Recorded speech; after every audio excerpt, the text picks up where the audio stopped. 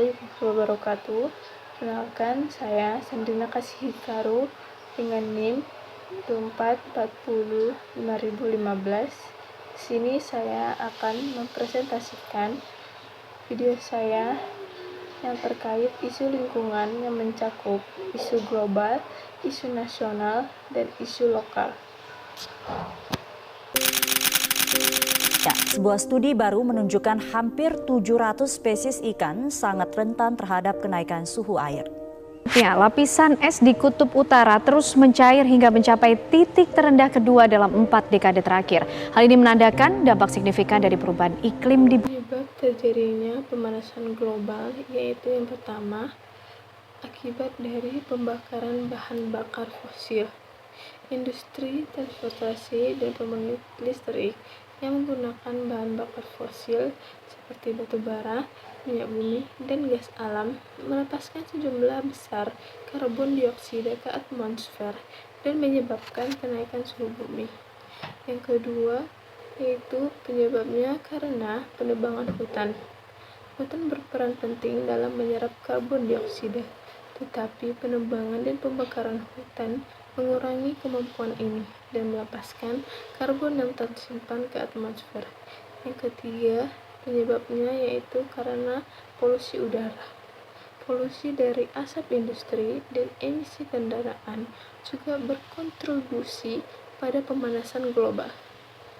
Yang keempat, penyebabnya itu karena polusi sampah plastik. Sampah plastik yang tidak dapat didaur ulang juga berkontribusi pada pemanasan global melalui proses pembusukan yang menghasilkan gas metana. Cara menanggulangi pemanasan global yaitu dengan cara yang pertama, konservasi lingkungan. Melindungi dan melestarikan hutan, mangrove, dan lahan basah yang berfungsi sebagai penyerap karbon.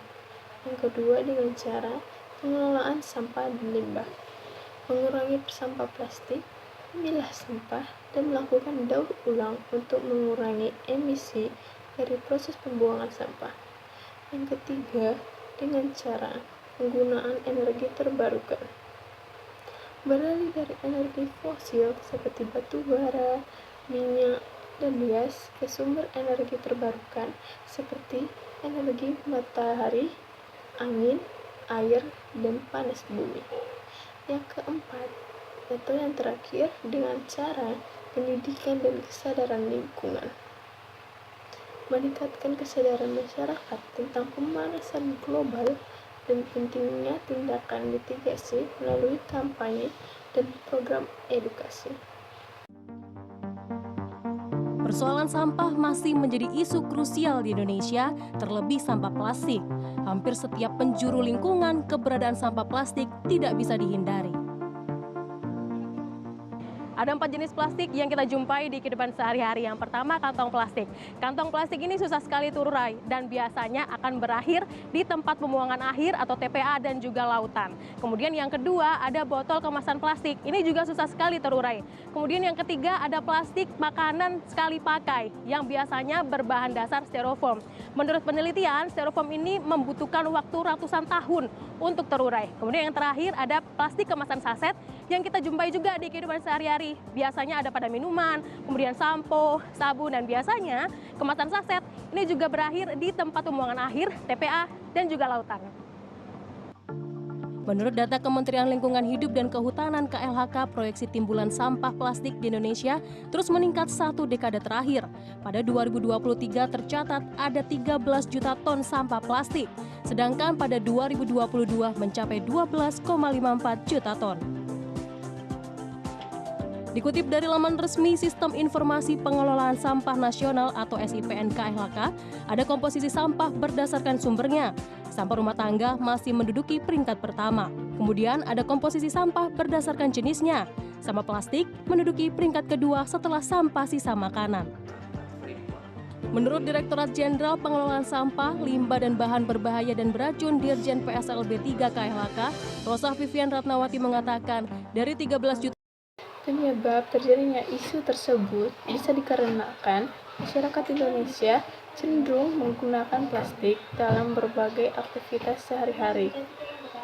Yang kedua, sistem pengelolaan sampah di Indonesia masih belum optimal.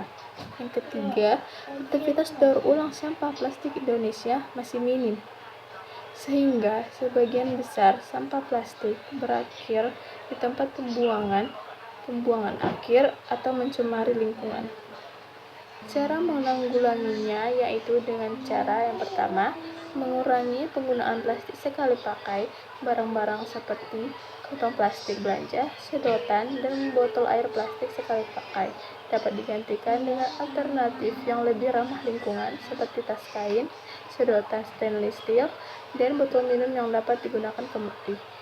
Yang kedua, dengan cara meningkatkan kesadaran masyarakat tentang dampak sampah plastik dan cara-cara untuk menguranginya seperti mengadakan kampanye edukasi dan program kesadaran publik di setiap daerah.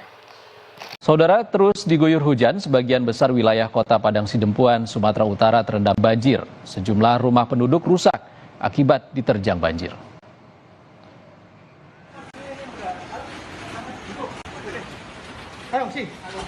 Banjir terjadi setelah Sungai Batang Ayumi yang berada persis di Kota Padang Sidempuan serta beberapa anak sungai meluap dan menggenangi rumah warga. Akibatnya rumah warga yang berada di bantaran sungai rusak setelah diterjang luapan air akibat banjir yang terjadi. Selain merusak rumah warga, banjir akibat luapan sungai ini juga menyeret sebuah minibus milik warga. Kerusakan terparah akibat musibah banjir ini terjadi di wilayah Kelurahan Silandit, Kota Padang Sidempuan. Untuk dari masyarakat melalui kepala desanya.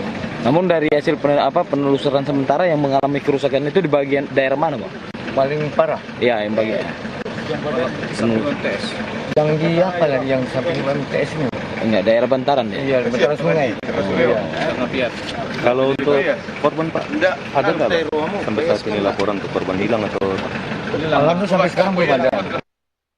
Bacakan dakwaan jaksa KPK. Penyebab terjadinya banjir itu terjadi akibat curah hujan yang tinggi.